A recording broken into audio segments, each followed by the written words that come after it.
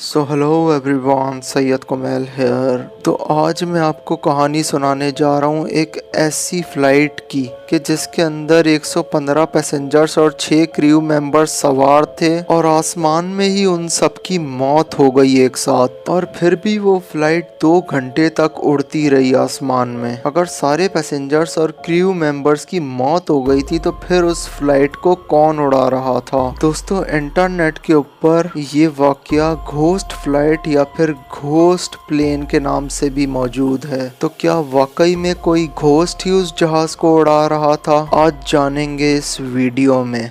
और दोस्तों, जो कहानी मैं आपको सुनाने जा रहा हूँ वो विकिपीडिया से ली गई है और उस आर्टिकल का लिंक भी मैंने डिस्क्रिप्शन में दे दिया है। लेकिन जैसा कि आपको पता ही है कि किसी भी कहानी को इंग्लिश में पढ़ने में बिल्कुल भी मज़ा नहीं आता है, बल्कि कहानी को सिर्फ सुनने का ही अलग मज़ा होता है। तो चलिए शुरू करते हैं अपनी इस हैरत अंगेज कहानी को। तो बात है 14 अगस्त 2005 की। हीलियोस फ्लाइट 522 साइप्रस से ग्रीस के एथेन एयरपोर्ट पे जानी थी। 9:07 पे इस फ्लाइट ने टेक ऑफ किया। उस वक्त इस फ्लाइट के अंदर 115 पैसेंजर्स और 6 क्रू मेंबर्स सवार थे। 9:12 के अंदर ये फ्लाइट 12,040 फीट की ऊंचाई पर पहुंच गई थी। तो उस वक्त कॉन्फ़िगरेशन अलार्म बजने लगा। दोस्तों, अगर आप लोगों को नहीं पता है तो मैं बताता चलूं कि कॉन्फ़िगरेशन अलार्म तब बजता है जब जहाज जमीन पर होता है। और 12,000 फीट की ऊंचाई पे कॉन्फ़िगरेशन अलार्म का बजना इंतहाई हैरान कुन था, जिसकी वजह से दोनों पायलट्स बहुत ही ज्यादा हैरान हो गए थे। उस वक्त उन दोनों पायलट्स को कुछ भी समझ नहीं आया तो उन्होंने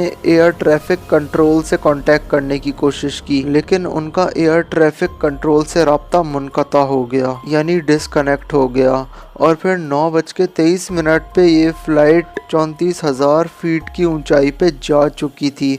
ये फ्लाइट लगातार आसमान में जाए जा रही थी और पायलट्स भी इस जहाज को कंट्रोल नहीं कर पा रहे थे। और जहाज के अंदर ऑक्सीजन की कमी होने लग गई थी कि जिसकी वजह से ऑक्सीजन मास्क नीचे आ गए और ये ऑक्सीजन मास्क सिर्फ 12 मिनट तक सहारा दे सकते थे सारे पैसेंजर्स को। और फिर जहाज के अंदर बिल्कुल हवा खत्म हो गई थी कि जिसकी वजह से सारे पैसेंजर्स की मौत हो गई। एयर ट्रैफिक कंट्रोल को भी कुछ नहीं समझ आ रहा था कि ये क्या हो रहा है, तो इसीलिए उन्होंने अपने 2 जेट्स को इस जहाज के पीछे भेजा। वो 2 जेट्स जैसे ही वहां पे पहुंचे तो एक जेट जहाज के करीब गया तो उसने देखा कि पायलट और सारे पैसेंजर्स की मौत हो चुकी है। इतने में एक बंदा पैसेंजर सीट से उठकर आता है पायलट की सीट पे और फिर वो जहाज का कंट्रोल संभाल लेता है। और फिर वो जहाज लेफ्ट साइड पे मुड़ने लग गया था, क्योंकि दोस्तों उसके लेफ्ट इंजन के अंदर फ्यूल ख़त्म हो गया था, क्योंकि जहाज़ बहुत वक्त से आसमान में था और उसमें इससे ज़्यादा फ्यूल नहीं था।